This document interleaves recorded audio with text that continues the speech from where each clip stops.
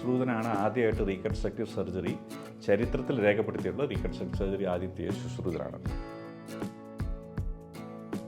ഒരാളുടെ body parts നമ്മൾ ഇതുപോലെ മറ്റൊരു ഡോണറിന് വേണ്ടിയിട്ട് ചൂസ് ചെയ്യുന്ന സമയത്ത് എന്തൊക്കെ കാര്യങ്ങൾ മാച്ച് ആയിരിക്കണം? ഹാൻഡും ഫേസും പോലെയുള്ള പാർട്ടുകൾ നമ്മൾ ട്രാൻസ്പ്ലാന്റ് ചെയ്യുമ്പോൾ നമ്മൾ കിഡ്നിയുടെ പ്രോട്ടോക്കോളാണ് യൂഷ്വലി ഫോളോ ചെയ്യുന്നത്. റോഡ് ട്രാഫിക് ആക്സിഡൻസ് തന്നെ വരണമെന്നില്ല. അത് നമുക്ക് ഓക്യുപ്പേഷണൽ ഇഞ്ചുറീസ്, നമ്മളൊരു ഫാക്ടറിയിൽ വർക്ക് ചെയ്യുമ്പോഴും വരാം.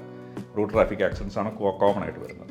അറ്റുപോയ ഭാഗങ്ങൾ ആയിട്ട് പലപ്പോഴും പേഷ്യൻസ് വരാറുണ്ട്. സ്കിൻ ബാങ്ക് എന്ന് പറയുന്നത് ഡിസീസ്ഡ് ആയിട്ടുള്ള ഡോണേഴ്സിൻ്റെ സ്കിൻ ഡൊണേറ്റ് ചെയ്ത് സൂക്ഷിക്കുന്ന ബാങ്കുകളാണ്. നമുക്കിപ്പോൾ ഒരു പൊള്ളൽ പറ്റിയ ഒരു ഗവൺമെൻറ് ഹോസ്പിറ്റലിൽ വന്നു കഴിഞ്ഞാൽ അവർക്ക് ചെയ്യാൻ പറ്റുന്നത് ആ പൊള്ളിയ ഭാഗം അവിടെ ക്ലീൻ ചെയ്ത് ഡ്രസ് ചെയ്ത് അവരൊരു ആൻറ്റിബയോട്ടിക് മെഡിസിൻ കൊടുത്ത് ഇതിൽ സിൽവർ ബേസ്ഡ് ആയിട്ടുള്ള മെഡിസിൻസ് ആണ് ദേഹത്ത് പരട്ടുന്നത്. പ്രമേഹം കൂടുതലുള്ള ആളുകൾക്ക് ചെറിയ മുറിവ് പോലും ഉണങ്ങാത്തൊരവസ്ഥയൊക്കെ വരുന്നുണ്ട്. പ്രമേഹം ഒരുമാതിരി എല്ലാവർക്കും തന്നെ ഉണ്ട്. അതൊരു ലൈഫ് സ്റ്റൈൽ ഡിസീസ് എന്ന ഒരു പേര് കൊടുത്ത് ആരും അതിനെ സീരിയസ് ആയിട്ട് കണക്കാക്കാറില്ല. ഇതിപ്പോൾ ഒരു പ്രായമായിട്ടുള്ളവർക്ക് ഡയബറ്റീസ് ഉണ്ടെന്ന് വെച്ച് കഴിഞ്ഞാൽ അത് പിന്നെ പ്രായമാകുമ്പോൾ ഡയബറ്റീസ് വരുമല്ലോ എന്നുള്ളൊരു ചിന്ത കൊണ്ട് അവർ ആ ഡയബറ്റീസിന് വേണ്ട സീരിയസ്നെസ് കൊടുക്കാറില്ല. മെഡിക്കൽ പാനലിൽ ഇന്നത്തെ എപ്പിസോഡിൽ നമ്മുടെ കൂടെ ഉള്ളത് ആശ്രം മെഡിസിറ്റി ഹോസ്പിറ്റലിലെ പ്ലാസ്റ്റിക് റീകൺസ്ട്രക്റ്റീവ് എസ്തെറ്റിക് സർജറി വിഭാഗം സീനിയർ കൺസൾട്ടൻറ്റ് ഡോക്ടറായിട്ടുള്ള പോൾ ഡോക്ടറാണ്. Hi doctor. Hi. Thank you. Doctor, ഒരു റീകൺസ്ട്രക്റ്റീവ് സർജറി എന്നൊക്കെ പറയുമ്പോൾ എത്രത്തോളം ഇപ്പോൾ ഇംപ്രവൈസേഷൻസ് ആ ഒരു ഫീൽഡിൽ വന്നിട്ടുണ്ട്? റീകൺസ്ട്രക്റ്റീവ് സർജറി, നമ്മൾ റീകൺസ്ട്രക്റ്റീവ് സർജറിയുടെ ചരിത്രം എടുക്കുകയാണെങ്കിൽ ഇന്ത്യയിൽ തന്നെ ആണ് അത് ഉത്ഭവിച്ചതെന്ന് തന്നെ പറയാം. അതായത് നമ്മുടെ ആചാര്യന്മാരായിട്ടുള്ള നമുക്ക് ചരകനും സുശ്രുതനൊക്കെ കേട്ടിട്ടുണ്ട്. സുശ്രുതനാണ് ആദ്യമായിട്ട് റീകൺസ്ട്രക്റ്റീവ് സർജറി ചരിത്രത്തിൽ രേഖപ്പെടുത്തിയിട്ടുള്ള റീകൺസ്ട്രക്റ്റീവ് സർജറി ആദ്യത്തെ ശുശ്രൂതനാണ്. അപ്പോൾ അദ്ദേഹം അത് ബി സിയിലാണ് ചെയ്തിട്ടുള്ളത്. അപ്പോൾ അദ്ദേഹം ഈ വിച്ഛേദിക്കപ്പെട്ട മൂക്കുകൾ അതൊക്കെ കവിളിൽ നിന്നും സ്കിന്നെടുത്ത് റീകൺസ്ട്രക്ട് ചെയ്യുകയായിരുന്നു. ഓക്കെ, അപ്പോൾ അത്രയും കാലത്ത് ഇപ്പോഴത്തെ ഒരു അഡ്വാൻസ് സർജിക്കൽ ടെക്നോളജി ഒന്നും ഇല്ലാത്ത കാലത്ത് അതുപോലെ ഒരു സർജറി ചെയ്യാന്നുള്ള അത് നമുക്ക് ഇമാജിൻ ചെയ്യാൻ പോലും പറ്റാത്ത സംഗതികളാണ്. സുശ്രുതൻ്റെ തന്നെ അദ്ദേഹം ഇൻവെൻറ്റ് ചെയ്തിരുന്ന പല ഇൻസ്ട്രുമെൻസും സർജിക്കൽ ഇൻസ്ട്രുമെൻസും ഒക്കെ അതിൻ്റെ എല്ലാം ലിറ്ററേച്ചർ ഇപ്പോഴും അവൈലബിൾ ആണ്. പിന്നീട് റീകൺസ്ട്രക്റ്റീവ് സർജറി വന്നത്, അത് ഡിസ്കവർ ചെയ്തത് അത് പ്രോബബ്ലി 20ാം നൂറ്റാണ്ടിൻ്റെ ആദ്യ ഘട്ടത്തിലാണ്. ഒരു പ്രൊഫസർ ഹാരോൾഡ് ഗില്ലിസ് എന്ന് പറഞ്ഞൊരു പ്ലാസ്റ്റിക് സർജനാണ്. അപ്പോൾ അദ്ദേഹമാണ് ഈ മോഡേൺ പ്ലാസ്റ്റിക് റീകൺസ്ട്രക്റ്റീവ് സർജറിയുടെ ഫാദർ എന്ന് പറയുന്നത് ഹാരോൾഡ് ഗില്ലിസ് ആണ്. പക്ഷേ ഇത് തുടങ്ങിയത് തന്നെ ഇന്ത്യയിലാണ്. പക്ഷേ അതിൻ്റെയൊക്കെ ഒരുപാടൊരു ഗ്യാപ്പ് ഉണ്ടായിരുന്നു. ഇന്ത്യയിൽ ഈ സർജറി ആദ്യം ചെയ്തതിന് ശേഷം പിന്നീട് ഈ ഫീൽഡ് ആരും അധികം എക്സ്പ്ലോർ ചെയ്തിട്ടില്ല. അത് പുസ്തകങ്ങളിൽ മാത്രം ഒതുങ്ങി, അല്ലെങ്കിൽ ഗ്രന്ഥങ്ങളിൽ മാത്രം ഒതുങ്ങി. ഇപ്പോൾ റീകൺസ്ട്രക്റ്റീവ് സർജറിയുടെ ഒരുപാട് അഡ്വാൻസ് ടെക്നോളജി വന്നിട്ടുണ്ട്. റീകൺസ്ട്രക്റ്റീവ് സർജറി അത് തുടങ്ങിയ കാലത്ത്, അതായത് ഹാരോൾഡ് ഗില്ലിസിൻ്റെ കാലം തൊട്ട് ഉള്ള റീകൺസ്ട്രക്റ്റീവ് സർജറിയിൽ നിന്ന് ഒരുപാട് അഡ്വാൻസ്ഡ് ആയിട്ടുണ്ട്. ഇപ്പോൾ ഇതിൽ മൈക്രോവാസ്കുലർ സർജറി എന്ന് പറഞ്ഞ ഒരു ടൂൾ, ഒരു ടെക്നിക്ക് ഇതിൽ ഉപയോഗിച്ച് കഴിഞ്ഞാൽ റീകൺസ്ട്രക്റ്റീവ് സർജറി ഒരുപാട് അങ്ങ് ഡെവലപ്പ് ചെയ്തു ആ ഒരു പോയിന്റിൽ നിന്നും. പിന്നെ tissue engineering, tissue regenerative medicines ഒക്കെ ഇതിൻ്റെ കൂട്ടത്തിൽ വന്നതുകൊണ്ട് അത് ഒരുപാട് അഡ്വാൻസ്ഡായി. പിന്നെ ട്രാൻസ്പ്ലാന്റേഷൻ സർജറീസ്, ഇപ്പോൾ നമ്മൾ അറിയാം ട്രാൻസ്പ്ലാന്റേഷൻ സർജറീസ് എപ്പോഴും നമ്മൾ കൂടുതൽ അറിയുന്നത് heart transplantation, liver transplantation, kidney transplantation അങ്ങനെയാണ്. പക്ഷേ ഇപ്പോൾ ഫേസ് ട്രാൻസ്പ്ലാന്റേഷൻ, ഹാൻഡ് ട്രാൻസ്പ്ലാന്റേഷൻ എല്ലാം പോസിബിളാണ്. അത് ഹാൻഡ് ട്രാൻസ്പ്ലാന്റേഷൻ ഇന്ത്യയിൽ ഇപ്പോൾ ചെയ്യുന്നുണ്ട്, വളരെ കോമൺ ആയിട്ട് തന്നെ ചെയ്യുന്നു. വളരെ കോമൺ ആയിട്ടല്ല, പക്ഷേ ചെയ്തു വരുന്ന സെൻറ്റേഴ്സ് ഇന്ത്യയിലുണ്ട്. ഫേസ് ട്രാൻസ്പ്ലാന്റേഷൻ ഇപ്പോഴും ഇന്ത്യയിൽ തുടങ്ങിയിട്ടില്ല. അതിൻ്റെ കുറച്ച് ലീഗൽ ഇഷ്യൂസ് കൊണ്ട് മാത്രമാണ് അത് തുടങ്ങാത്തത്. പക്ഷേ അധികം താമസിയാതെ ഇന്ത്യയിലും ഫേസ് ട്രാൻസ്പ്ലാന്റേഷൻ വരും. ഡോക്ടർ, ഈ ഫേസിൻ്റെ കോസ്മെറ്റോളജി പ്ലാസ്റ്റിക് സർജറീസിൽ കേരളത്തിൽ കൂടുതലായിട്ടും ആളുകൾ ചെയ്യുന്നത് എത്തരം സർജറീസാണ്? റീകൺസ്ട്രക്റ്റീവ് സർജറി ഒരുപാട് നടക്കുന്നുണ്ട്. പക്ഷേ ഈ റീകൺസ്ട്രക്റ്റീവ് സർജറി ചെയ്യുന്നത് പ്ലാസ്റ്റിക് സർജൻസ് ആണെന്നുള്ള അവയർനെസ് പൊതുജനത്തിൽ ഇല്ലെന്ന് മാത്രമേ ഉള്ളൂ. റീകൺസ്ട്രക്റ്റീവ് സർജറീസ് കേരളത്തിൽ നടക്കുന്നില്ല എന്നുള്ളതല്ല, അത് ഒരുപാട് നടക്കുന്നുണ്ട്. പക്ഷേ കൂടുതലും മാർക്കറ്റ് ചെയ്യപ്പെടുന്നത് കോസ്മെറ്റിക് സർജറിയാണ്. കാരണം കോസ്മെറ്റിക് സർജറി ഒരു ഡോക്ടറിന് കൂടുതലും ക്ലയൻറ്റിൽ കിട്ടുന്നത് അതിൻ്റെ മാർക്കറ്റിങ്ങിലൂടെയാണ്. പക്ഷേ റീകൺസ്ട്രക്റ്റീവ് സർജറി അങ്ങനെയല്ല, അതൊരു ഹോസ്പിറ്റൽ ബേസ്ഡ് ആയിട്ടാണ് ചെയ്യുന്നത്. കോസ്മെറ്റിക് സർജറി ഒരു ഒരു ക്ലിനിക്സിനെ ബേസ് ചെയ്തിട്ട് അല്ലെങ്കിൽ നമ്മുടെ ഒരു ഇൻഡിവിജ്വൽ ക്ലിനിക്കിനെ ബേസ് ചെയ്തിട്ട് നമുക്ക് കോസ്മെറ്റിക് സർജറി ചെയ്യാം. പക്ഷേ റീകൺസ്ട്രക്റ്റീവ് സർജറി അങ്ങനെയല്ല. ഒരു ഹോസ്പിറ്റൽ ബാക്ക്ഗ്രൗണ്ടിൽ ഇൻഫ്രാസ്ട്രക്ചറുള്ള സ്ഥലത്ത് റീകൺസ്ട്രക്റ്റീവ് സർജറി ചെയ്യാവുന്നു. ഇപ്പോൾ ഒരു ആക്സിഡൻറ്റ് പറ്റിക്കഴിഞ്ഞാൽ അവരൊരു കോസ്മെറ്റിക് ക്ലിനിക്കിലേക്കല്ല പോകുന്നത്. ആക്സിഡൻറ്റ് പറ്റിക്കഴിഞ്ഞാൽ അവർ നേരെ ഒരു എമർജൻസി ഡിപ്പാർട്ട്മെൻറ്റിലേക്കാണ് പോകുന്നത്. അപ്പോൾ അവിടെയാണ് റീകൺസ്ട്രക്റ്റീവ് സർജറിക്ക് ആവശ്യമുള്ള പേഷ്യൻസ് വരുന്നത്. അപ്പോൾ അത് പ്ലാസ്റ്റിക് സർജറിയുടെ ഒരു ഭാഗമാണെന്നുള്ളത് പല വ്യക്തികൾക്കും അറിയില്ല. അത് പൊതുജനത്തിന് അറിയില്ല. കാരണം റീകൺസ്ട്രക്റ്റീവ് സർജറിയെക്കുറിച്ചുള്ള ടോക്സ് അധികം ആരും പറയാറില്ല. എല്ലാവരും കോസ്മെറ്റിക് ആണുള്ളത്. ഒരു റോഡ് ആക്സിഡൻറ്റ്സ് ഒക്കെ നടക്കുന്ന സമയങ്ങളിൽ ഇത്തരത്തിലുള്ള റീകൺസ്ട്രക്റ്റീവ് സർജറീസ് ആവശ്യമായിട്ട് വരുന്നത് ഏത് സിറ്റുവേഷനിലാണ്? റോഡ് ട്രാഫിക് ആക്സിഡൻസിൽ പൊതുവായിട്ട് പറയുകയാണെങ്കിൽ ഇപ്പോൾ റോഡ് ട്രാഫിക് ആക്സിഡൻസ് തന്നെ വരണമെന്നില്ല. അത് നമുക്ക് ഓക്യുപ്പേഷണൽ ഇഞ്ചുറീസ്, നമ്മളൊരു ഫാക്ടറിയിൽ വർക്ക് ചെയ്യുമ്പോഴും വരാം. റോഡ് ട്രാഫിക് ആക്സിഡൻസ് ആണ് കോമൺ ആയിട്ട് വരുന്നത്. ഇതിൽ നമ്മൾ വളരെ ജനറലൈസ്ഡ് ആയിട്ട് പറയുകയാണെങ്കിൽ നമ്മുടെ ശരീരത്തിലെ ഭാഗങ്ങൾ അറ്റുപോകാം, അല്ലെങ്കിൽ അറ്റുപോയ ഭാഗങ്ങൾ ആയിട്ട് പലപ്പോഴും പേഷ്യൻസ് വരാറുണ്ട്. അപ്പോൾ ആ അറ്റുപോയ ഭാഗം യോജിപ്പിക്കുന്ന ഓപ്പറേഷനെ നമ്മൾ റീപ്ലാന്റേഷൻ സർജറി എന്നാണ് പറയുന്നത്. അത് നമ്മൾ റിസ്റ്റോർ ചെയ്യുകയാണ്, അറ്റുപോയ ഭാഗം റിസ്റ്റോർ ചെയ്യുന്നു. അപ്പോൾ കൈകാലുകൾ അറ്റുപോകുന്നു, അത് റിസ്റ്റോർ ചെയ്യുന്നു. അങ്ങനെ നമ്മുടെ ശരീരത്തിലെ ഏതൊരു ഭാഗവും നമുക്ക് റിസ്റ്റോർ ചെയ്യാൻ പറ്റും. അപ്പോൾ ആ റിസ്റ്റോർ ചെയ്യുന്നത് നമ്മൾ വെറുതെ ആ അറ്റുപോയ ഭാഗം വെറുതെ ചേർത്ത് വെച്ച് കഴിഞ്ഞാൽ അതിൽ ബ്ലഡ് സർക്കുലേഷൻ നമ്മൾ കൊണ്ടുവരണം. അപ്പോൾ മുറിഞ്ഞു പോയിട്ടുള്ള നാഡീഞരമ്പുകളും രക്തക്കുഴലുകളൊക്കെ നമ്മൾ സ്റ്റിച്ച് ചെയ്ത് വെക്കണം. ഇതെല്ലാം വളരെ ചെറിയ സ്ട്രക്ചേഴ്സാണ്. ഈ സ്ട്രക്ചേഴ്സൊക്കെ നമുക്ക് ഒരു മൈക്രോസ്കോപ്പ് ഉണ്ടെങ്കിലേ നമുക്ക് കൃത്യമായിട്ട് കാണാൻ പറ്റുള്ളൂ. ഇപ്പോൾ ഒരു മൈക്രോസ്കോപ്പിൻ്റെ സഹായത്താൽ അറ്റുപോയ കൈകൾ തുന്നിപ്പിടിപ്പിക്കുന്ന ആ സർജറി ആ ടെക്നിക്കിന് മൈക്രോ വാസ്കുലർ സർജറി എന്ന് പറഞ്ഞാൽ, മൈക്രോ എന്ന് പറഞ്ഞാൽ ചെറുത്, വാസ്കുലർ എന്ന് പറഞ്ഞാൽ രക്തക്കുഴലുകൾ. ഈ ചെറിയ രക്തക്കുഴലുകൾ യോജിപ്പിക്കണം, നാഡീഞരമ്പുകൾ യോജിപ്പിക്കണം. ഇത് ഒരുപാട് സമയമെടുക്കുന്ന ഓപ്പറേഷനാണ്. വളരെ ഇലാബറേറ്റ് ആയിട്ട് ചെയ്യുന്ന വളരെ കോംപ്ലിക്കേറ്റഡ് ആയിട്ടുള്ള ഓപ്പറേഷനാണ്. സ്പെഷ്യൽ ട്രെയിനിങ് വേണം.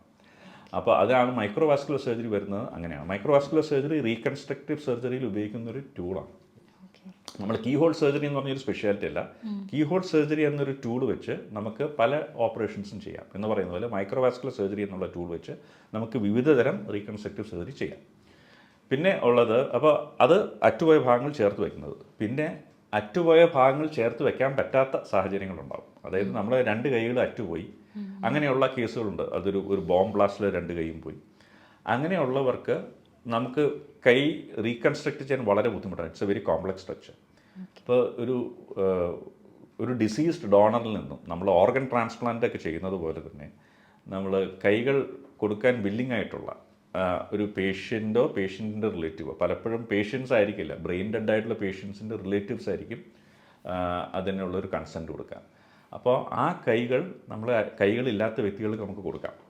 അതിനെയാണ് ട്രാൻസ്പ്ലാന്റേഷൻ എന്ന് പറയുന്നത്. ഒന്ന് റീപ്ലാന്റേഷൻ, മറ്റൊരു ട്രാൻസ്പ്ലാന്റേഷൻ. വേറൊരു വ്യക്തിയുടെ ടിഷ്യൂ അല്ലെങ്കിൽ അവരുടെ ബോഡി പാർട്സ് നമുക്ക് തരുന്നു. ഇതൊക്കെ നമ്മുടെ ഇന്ത്യയിൽ തുടങ്ങിയിട്ട് അധികം നാളായിട്ടില്ല. ഹാർഡ്ലി ഒരു 10 ഇയേഴ്സ് എന്ന് തന്നെ പറയാം. ഇത് അതിനു മുമ്പൊക്കെ തുടങ്ങി പല ഭാഗത്തും. അതുപോലെ ഈ ആനിമൽ അറ്റാക്സ്, ബെയർ അറ്റാക്സ് അല്ലെങ്കിൽ ആക്സിഡൻസ്, റോഡ് ട്രാഫിക് ആക്സിഡൻസിൽ തന്നെ പലപ്പോഴും നമ്മൾ ബെയർ അറ്റാക്സിലാണ് കണ്ടിട്ടുള്ളത്. ഫേസ് പോവും, ഫേസ് ഉണ്ടാവില്ല. നമുക്ക് അത്യാവശ്യം ആ കണ്ണുകൾ മാത്രം ഉണ്ടാവും, ഫേസിൻ്റെ ഷേപ്പ് കൊടുക്കുന്ന ഒരു ഭാഗം ഉണ്ടാവില്ല. ഇത് പലപ്പോഴും നമുക്ക് കോംപ്ലക്സ് റീകൺസ്ട്രക്ഷൻ വേണ്ടി വരുന്ന ഒരു സിറ്റുവേഷനാണ്. ഇവിടെ കൂടുതലും നമുക്ക് ട്രാൻസ്പ്ലാന്റേഷൻ ആശ്രയിക്കേണ്ടി വരും. അപ്പോൾ ഫേസ് ട്രാൻസ്പ്ലാന്റേഷൻ എന്ന് പറയുന്ന ഒരു സർജറി ഉണ്ട്. ചൈനയിലും ഫ്രാൻസിലൊക്കെ ചെയ്തിട്ടുണ്ട്, അമേരിക്കയിൽ ക്ലീവ്ലൻഡ് ക്ലിനിക്കിൽ ചെയ്തിട്ടുണ്ട്. ഫേസ് ട്രാൻസ്പ്ലാന്റേഷൻ ഇന്ത്യയിൽ വന്നിട്ടില്ല.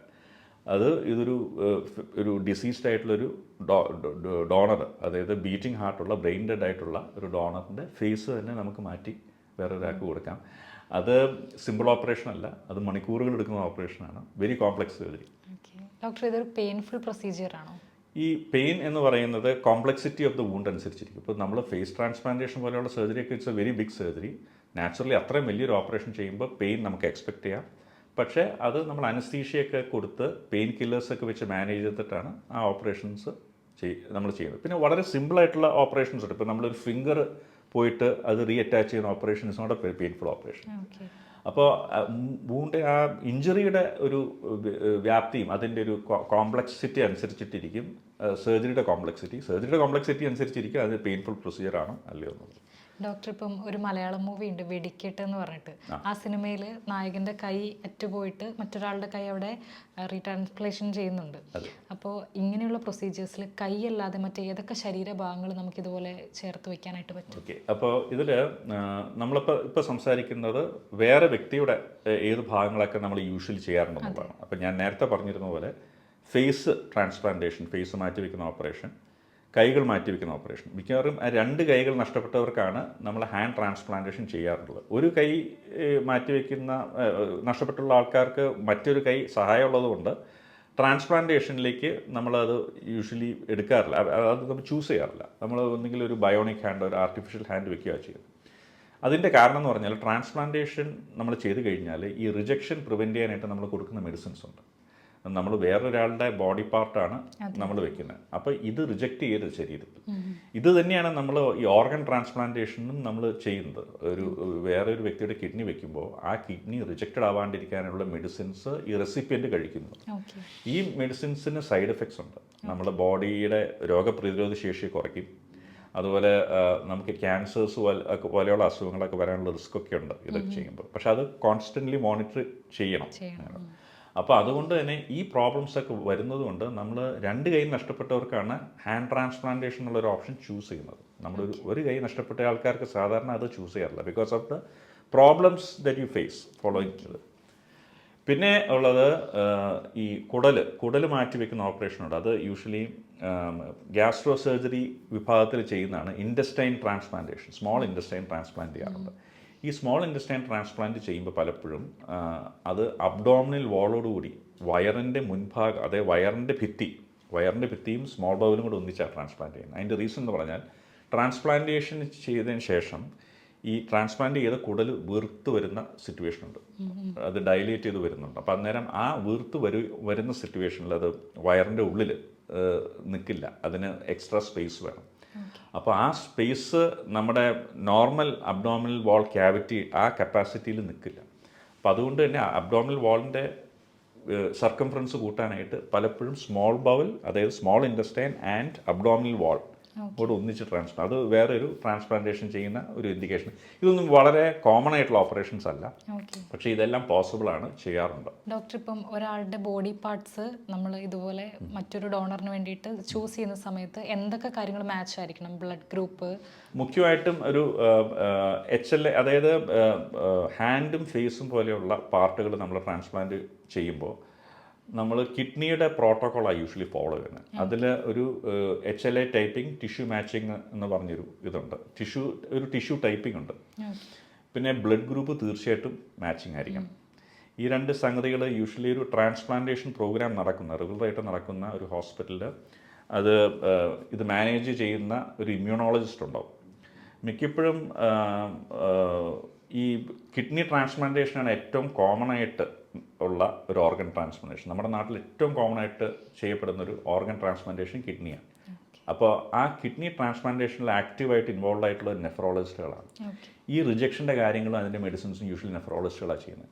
ഈ സെയിം നെഫ്രോളജിസ്റ്റുകൾ നമ്മൾ ആ ഒരു ഇൻസ്റ്റിറ്റ്യൂട്ട് ഉണ്ടെങ്കിൽ അതേ പ്രോട്ടോക്കോൾ തന്നെ കൈയുടെയും ഫേസിൻ്റെയും ട്രാൻസ്പ്ലാന്റേഷന് റിജക്ഷൻ പ്രിവെൻറ്റ് ചെയ്യാനുള്ള മെഡിസിൻ കൊടുക്കുന്നത് ആ സെയിം പ്രോട്ടോകോൾ ഫോളോ ചെയ്യാൻ പറ്റും. എത്ര കാലത്തെ ഒരു പ്രൊസീജിയറാണ് ഇങ്ങനെ ഒരു ഡോണറെ കണ്ടെത്തുക, അയാളെ മെഡിക്കൽ ഇതിനു വേണ്ടി ഫിറ്റ് ആക്കുക എന്നൊക്കെ ഉള്ളത്? നമ്മൾ സോളിഡ് ഓർഗൻ ട്രാൻസ്പ്ലാന്റേഷൻ പോലെ തന്നെ ഡിസീസ്ഡ് ഡോണറായിട്ട് നമ്മളുണ്ടെന്ന് അറിഞ്ഞു കഴിഞ്ഞാൽ അത് നമ്മുടെ കേരളത്തിൽ ഒരു ഏജൻസി ഉണ്ട്. ആ ഏജൻസിയിൽ അത് രജിസ്റ്റർ ചെയ്യണം. യൂഷ്വലി ഗവൺമെൻറ്റിൻ്റെ ഏജൻസിയാണ്. അപ്പോൾ ഇത് ഈ കിഡ്നി റാക്കറ്റ് എന്നൊക്കെ നമ്മൾ കേട്ടിട്ടില്ല, നമ്മൾ ഓർഗൻ ട്രാൻസ്പ്ലാന്റേഷൻ അതിൻ്റെ റാക്കറ്റ് ഒക്കെ അതിൻ്റെ ആ ഒരു പോസിബിലിറ്റീസ് ഒക്കെ മാറാൻ വേണ്ടി ഇത് ട്രാൻസ്പെറൻസിക്ക് വേണ്ടി ഇത് ഗവൺമെൻറ്റിൻ്റെ തന്നെ ഒരു രജിസ്ട്രിയാണ്. ആ രജിസ്ട്രിയിലാണ് ഹാൻഡ് നഷ്ടപ്പെട്ടവർ അവിടെയാണ് രജിസ്റ്റർ ചെയ്യുന്നത്. അവിടെ രജിസ്റ്റർ ചെയ്തിട്ട് അതൊരു കോമൺ രജിസ്ട്രിയാണ്. അത് ഏത് ഹോസ്പിറ്റൽസിനും ഫോളോ ചെയ്യാവുന്ന ഒരു ഓർഡറാണ് രജിസ്ട്രിയിലുള്ളത്. അപ്പോൾ ഇതിലൊരു ഇൻഡിവിജ്വൽ ഇൻട്രസ്റ്റോ ഒന്നും ഉണ്ടാവില്ല.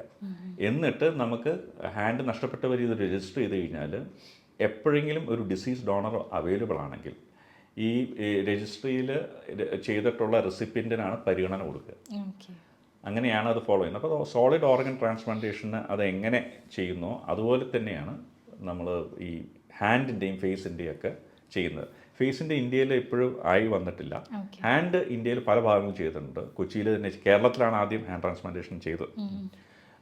പിന്നെ അതിപ്പോൾ ബോംബെയിലും ചെന്നൈയിലും പോണ്ടിച്ചേരിയിലും ഒക്കെ ചെയ്ത കേസുകളുണ്ട്. ഏറ്റവും കൂടുതലും ചെയ്തിട്ടുള്ളത് കേരളം. ഡോക്ടർ, ഇപ്പോൾ പൊള്ളലേറ്റ ആളുകൾ നമ്മുടെ നാട്ടിൽ ഒരുപാട് പേരുണ്ട്. അപ്പം അങ്ങനെയുള്ളവർക്ക് നല്ലൊരു ചികിത്സ നമ്മുടെ നാട്ടിൽ കിട്ടുന്നുണ്ടോ? നമ്മൾ പൊള്ളലിൻ്റെ ചികിത്സ എപ്പോഴും നിശ്ചയിക്കുന്നത് ഈ പെർസെൻറ്റേജിൻ്റെ അടിസ്ഥാനത്തിലാണ്. അതായത് ടോട്ടൽ ബോഡി സർഫസ് ഏരിയ എത്ര ഇൻവോൾവ് ആണെന്നുള്ളതാണ്. നമ്മളിപ്പോൾ പലപ്പോഴും പത്രത്തിൽ വായിച്ചിട്ടുണ്ട് 80% പൊള്ളൽ, 70% പൊള്ളൽ. ഇതിൻ്റെ അർത്ഥം എന്ന് പറഞ്ഞാൽ ബോഡിയുടെ സർഫസ് ഏരിയയുടെ എത്ര ശതമാനമാണ് പൊള്ളൽ പറ്റിയിട്ടുള്ളതെന്നുള്ളതാണ്.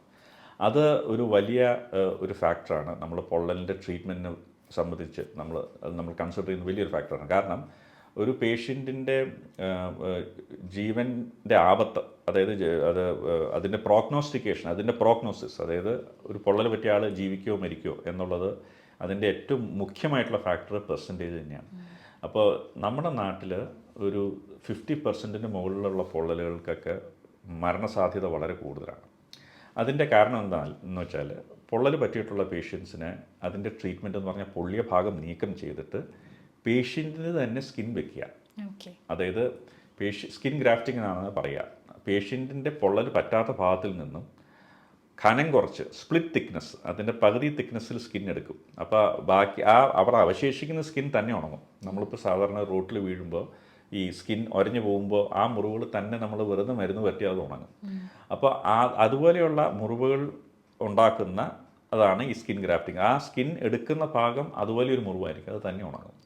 അപ്പോൾ അത് സ്പ്ലിറ്റ് തിക്നെസ്സുള്ള സ്കിന്നാണ് എടുക്കുന്നത്. ആ സ്കിന്ന് പൊള്ളിയ ഭാഗം നീക്കം ചെയ്തിട്ട് അവിടെ വെച്ച് കഴിഞ്ഞാൽ അത് അവിടെ ഹീലാവും. പക്ഷേ പെർസെൻറ്റേജ് കൂടുമ്പോൾ, പൊള്ളലിൻ്റെ ശതമാനം കൂടുമ്പോൾ നമുക്ക് ഈ സ്കിൻ എടുക്കാൻ ഒരു സ്ഥലം ഉണ്ടാവില്ല പേഷ്യൻ്റ്.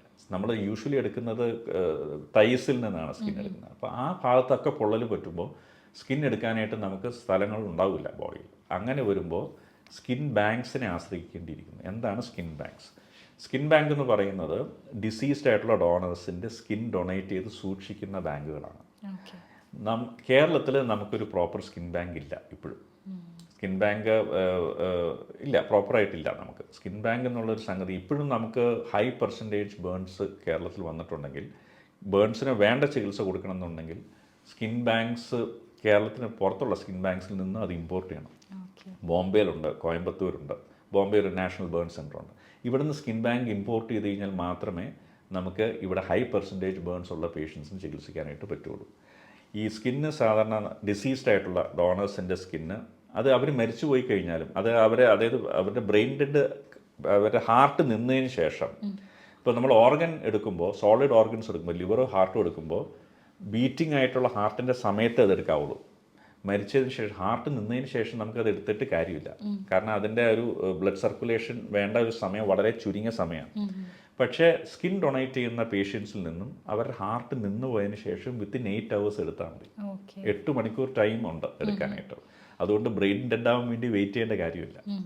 അപ്പോൾ ഇത് ആർക്ക് വേണമെങ്കിൽ കൊടുക്കാവുന്നതാണ്. അതായത് സ്കിൻ ഡിസീസസ് പാടില്ല, അതാണ് മുഖ്യമായിട്ട്. സ്കിൻ ഡിസീസ് ഇല്ലാത്ത ആൾക്കാർക്ക് സ്കിൻ ഡൊണേറ്റ് ചെയ്യാവും. അത് ഡൊണേറ്റ് ചെയ്യുന്നതുകൊണ്ട് അവരുടെ ഫ്യൂണറലിനൊന്നും അവരുടെ ബോഡി ഒട്ടും ഡിഫോമിറ്റി ഒന്നും ഉണ്ടാവില്ല. നമ്മുടെ കനം കുറച്ച് സ്കിൻ എടുക്കുക ചെയ്യുന്നത്, അത് ഡ്രസ്സ് ചെയ്ത് കഴിഞ്ഞാൽ ഒന്നും അറിയില്ല. അപ്പോൾ നമ്മൾ സ്കിൻ എടുക്കുമ്പോൾ നമ്മൾ ഫ്യൂണറലിന് എക്സ്പോസ്ഡ് ആവാത്ത ബോഡി പാർട്സ് ഒഴികെ, എക്സ്പോസ്ഡ് ആവുന്ന ബോഡി പാർട്സ് ഒഴികെ എല്ലായിടത്തും നിന്ന് എടുക്കാം. അപ്പോൾ തൈസിൽ നിന്ന് എടുക്കാം, ബാക്കിൽ നിന്നൊക്കെ എടുക്കാം. അപ്പോൾ നമുക്ക് ഒരുപാട് സർഫസ് ഏരിയ സ്കിൻ കിട്ടും. അത് ബോഡിയെ ഡിസ്ഫിഗർ ചെയ്യുകയില്ല. നമുക്ക് ഹാർട്ട് ബീറ്റ് നിന്നിട്ട് 8 hours കഴിഞ്ഞ് എടുത്താലും മതി. അപ്പോൾ ഈ കിഡ്നി റാക്കറ്റിൻ്റെ ഇഷ്യൂ എന്താ? നമ്മൾ ബ്രെയിൻ ഡെഡ് ആയിട്ടുള്ള ആളെ മരണപ്പെട്ടു, ഇങ്ങനെയൊക്കെയാണ് ആക്ഷേപങ്ങൾ വരുന്നത്. ആ ആക്ഷേപങ്ങളൊക്കെ ഒരിക്കലും ഇതിൽ വരില്ല. കാരണം മരിച്ചതിന് ശേഷം, മരിച്ചു എന്ന് ഉറപ്പ് വരുത്തിയതിന് ശേഷം എടുത്താലും മതി. 8 hours എടുത്താൽ മതി. ഈ എടുക്കുന്ന സ്കിന്ന് സാധാരണ രീതിയിൽ ഇപ്പോൾ ഒന്നുകിൽ ക്രയോ പ്രിസർവേഷൻ, അതായത് നമ്മളൊരു ഡീപ്പ് ഫ്രീസറിൽ പ്രിസർവ് ചെയ്യാൻ പറ്റും. അല്ലെങ്കിൽ ഗ്ലിസറോൾ എന്ന് പറഞ്ഞൊരു സൊല്യൂഷനിൽ പ്രിസർവ് ചെയ്യാൻ പറ്റും. ഒരു 90% ഗ്ലിസറോളിൽ ഈ സ്കിന്ന് അത് ക്ലീൻ ചെയ്ത് അതിൻ്റെ ഒരു പ്രിപ്പറേഷൻ ഉണ്ട്. അത് കഴിഞ്ഞ് ഗ്ലിസറോളിൽ പ്രിസർവ് ചെയ്യാൻ പറ്റും. ഗ്ലിസറോളിൽ പ്രിസർവ് ചെയ്ത സ്കിന്ന് അതിന് 5 വർഷം ഷെൽഫ് ലൈഫ് ഉണ്ട്. 4 degree Celsius. അത് നമ്മൾ റെഫ്രിജറേറ്ററിൻ്റെ ടെമ്പറേച്ചർ, ഫ്രീസറല്ല, ഫ്രിഡ്ജിൻ്റെ ടെമ്പറേച്ചറിൽ സൂക്ഷിച്ച് കഴിഞ്ഞാൽ 4 years അത് യൂസ് ചെയ്യാൻ പറ്റും. 5 years ഷെൽഫ് ലൈഫ് ഉണ്ട്. 5 വർഷം കഴിഞ്ഞാലേ അത് എക്സ്പയറി ആവുള്ളൂ. അപ്പോൾ ഇത് ശരിക്കും ഒരു ഗവൺമെൻറ് തലത്തിൽ എടുക്കേണ്ട ഒരു എഫേർട്ടാണ് ശരിക്കും. കാരണം നമ്മുടെ നാട്ടിൽ അതിന് മാത്രം ബേൺസ് ഉണ്ട്. നമുക്ക് ഈ സ്കിൻ ബാങ്കിൻ്റെ പരിമിതികളും കൊണ്ട് നമുക്ക് ബേൺസ് ട്രീറ്റ് ചെയ്യുന്നതിന് ഡിഫിക്കൽട്ടി ഉണ്ട്. നമുക്ക് ഹൈ പെർസെൻറ്റേജ് ബേൺസ് എടുക്കാനായിട്ട് പറ്റില്ല. സ്കിൻ ബാങ്ക്സ് ലഭ്യമാണെങ്കിൽ നമുക്ക് ഏറെക്കുറെ, എന്നാലും ബേൺസ് ട്രീറ്റ്മെൻറ്റ് വളരെ എക്സ്പെൻസീവ് ആയിട്ടുള്ള ട്രീറ്റ്മെൻറ്റാണ്. എങ്കിലും സ്കിൻ ബാങ്ക്സ് ഉണ്ടെങ്കിൽ ഏറെക്കുറെ നമുക്കത് ചെയ്യാനായിട്ട് പറ്റും. കുഞ്ഞു കുട്ടികൾക്ക് ഇപ്പോൾ ഇപ്പം നമ്മൾ ചെറിയൊരു കുട്ടികൾക്കൊക്കെ ഹൈ പെർസെൻറ്റേജ് ബേൺസ് വന്നാലും കുട്ടിയുടെ അമ്മയുടെ തന്നെ സ്കിൻ നമുക്ക് എടുക്കാം. അപ്പോൾ the mother of the child can be A skin donor. അതും പോസിബിളാണ്. അത് പക്ഷേ ചെറിയ കുട്ടികൾക്ക് മാത്രമേ പറ്റൂ. ബഹുഭൂരിഭാഗം അഡൾട്ട്സിനൊക്കെ വരുന്ന ബേൺസിന് സ്കിൻ ബാങ്ക് ഇല്ലാതെ നമുക്ക് കോംപ്രിഹെൻസീവ് ആയിട്ടുള്ള പ്രോപ്പർ ട്രീറ്റ്മെൻറ്റ് നമുക്ക് കൊടുക്കാൻ പറ്റും. ഡോക്ടർ, ഈ പൊള്ളൽവാട് ജീവിതത്തിൽ ഒരു തവണയെങ്കിലും വിസിറ്റ് ചെയ്തിട്ടുണ്ടെങ്കിൽ നമ്മുടെ ലൈഫ് തന്നെ നമുക്കൊന്ന് റീവൈൻഡ് ചെയ്ത് നോക്കാൻ തോന്നുന്നൊക്കെ കേട്ടിട്ടുണ്ട്. അപ്പോൾ പൊള്ളലേറ്റ ആളുകളുടെ അവരുടെ പരാതികൾ, അവരുടെ വേദനകളൊക്കെ എന്താണ്? അതായത് നമ്മുടെ നാട്ടിലെ ഏറ്റവും കൂടുതൽ പൊള്ളൽ മാനേജ് ചെയ്യുന്നത്, നമുക്കിപ്പോൾ ഒരു പൊള്ളൽ പറ്റിയ ഒരു ഗവൺമെൻറ് ഹോസ്പിറ്റലിൽ വന്നു കഴിഞ്ഞാൽ അവർക്ക് ചെയ്യാൻ പറ്റുന്നത് ആ പൊള്ളിയ ഭാഗം അവിടെ ക്ലീൻ ചെയ്ത് ഡ്രസ്സ് ചെയ്ത് അവരൊരു ആൻറ്റിബയോട്ടിക് മെഡിസിൻ കൊടുത്ത് ഇതിൽ സിൽവർ ബേസ്ഡ് ആയിട്ടുള്ള മെഡിസിൻസാണ് ദേഹത്ത് പരട്ടുന്നത്. ഇത് പരട്ടി ഒരു മൊസ്കിറ്റോ നെറ്റിൽ കിടത്തുക പറ്റുള്ളൂ, അത് എങ്ങും മുട്ടാതിരിക്കാനായിട്ട്. ഇപ്പോൾ ഒരു ചെറിയ പെർസെൻറ്റേജ് ബേൺസ് ഉള്ളവർക്കൊക്കെ അവരൊരു പക്ഷേ അപ്പോൾ അത് ഏജ് ഒരു ഫാക്ടറാണ്. യങ്സ്റ്റേഴ്സ് ആണെങ്കിൽ ബേൺസ് സർവൈവ് ചെയ്യാനായിട്ടുള്ള പോസിബിലിറ്റി കുറേയും കൂടെ ഉണ്ട്. പിന്നെ ലോ പെർസെൻറ്റേജ് ആയിരിക്കണം, യങ്സ്റ്റേഴ്സ് ആയിരിക്കണം. ഇങ്ങനെയുള്ളവർക്കൊക്കെ ആണെങ്കിൽ ബേൺസ് പറ്റിയിട്ടുണ്ടെങ്കിൽ അവർ ഈ കൺവെൻഷണൽ ട്രീറ്റ്മെൻറ്റിൽ അവരൊരു പക്ഷേ രക്ഷപ്പെട്ടു പോയേക്കാം. പക്ഷേ എന്നാലും സംഭവിക്കുന്നത് പറഞ്ഞാൽ പൊള്ളിയ ഭാഗങ്ങൾ നമ്മൾ സ്കിൻ ഗ്രാഫ്റ്റിംഗ് ഒന്നും ചെയ്യാതെ അത് തന്നെ ഹീൽ ചെയ്യാനായിട്ട് വെയിറ്റ് ചെയ്യുകയാണെങ്കിൽ പൊള്ളിയ ഭാഗങ്ങൾ ഉണങ്ങി വരുന്ന ആ ഒരു ഫേസിൽ അത് കൺട്രാക്ചേഴ്സ്, അത് ഡിഫോമിറ്റീസ് വരും. പലപ്പോഴും ബേൺസ് സർവൈവേഴ്സിൽ നമ്മൾ ഈ ഡിഫോമിറ്റീസ് കാണാറുണ്ട്. അവർ കഴുത്ത് നിർത്താൻ പറ്റില്ല, കൈകൾ മടങ്ങി ചുരുങ്ങിയിരിക്കുന്നുണ്ടാവും. ഈ ബേൺ ഡിഫോമിറ്റീസ് പിന്നെ അതിന് വേറെ ട്രീറ്റ്മെൻറ്റ് വേണം, അല്ലെങ്കിൽ അവർക്ക് ജീവിതമായിട്ട് മുന്നോട്ട് പോകാൻ പറ്റില്ല. പലപ്പോഴും കഴുത്ത് നിർത്താൻ നോക്കുമ്പോൾ പല സ്ത്രീകളും വാ തുറന്നു വരും. കാരണം ഈ ചിഹ്ന ഇവിടെ മുട്ടിയിരിക്കുകയാണ്, അതങ്ങനെ ഇങ്ങനെ മടങ്ങി ചുരുങ്ങിയിരിക്കുകയാണ്. അപ്പോൾ അതുപോലത്തെ ഡിഫോമിറ്റീസ് കറക്റ്റ് ചെയ്യാനായിട്ടുള്ള അതിന് വേറെ കോംപ്ലക്സ് ട്രീറ്റ്മെൻറ്റ് പിന്നെയും വേണ്ടി വരും. സോ ബേൺസിൻ്റെ പ്രോപ്പർ ട്രീറ്റ്മെൻറ്റ് അല്ല നമ്മളൊരു മൊസ്കിറ്റോ നെറ്റിൻ്റെ അടിയിൽ വെച്ച് അവർക്ക് ഡ്രിപ്പും കൊടുത്ത് ആൻറ്റിബയോട്ടിക്. പക്ഷേ നമുക്ക് ഇവിടെ ചെയ്യാനേ പറ്റുള്ളൂ. ഗവൺമെൻറ് ഹോസ്പിറ്റലിൽ വന്നു കഴിഞ്ഞാൽ ഇങ്ങനെ ചെയ്യാനേ പറ്റുള്ളൂ, അതിനുള്ള ഫെസിലിറ്റീസ് നമുക്കുള്ളൂ. സ്കിൻ ബാങ്കിൻ്റെ ഒരു സപ്പോർട്ട് ഇല്ലാതെ നമുക്ക് പ്രോപ്പറായിട്ടുള്ള ബേൺസ് ട്രീറ്റ്മെൻറ്റ് കൊടുക്കാം.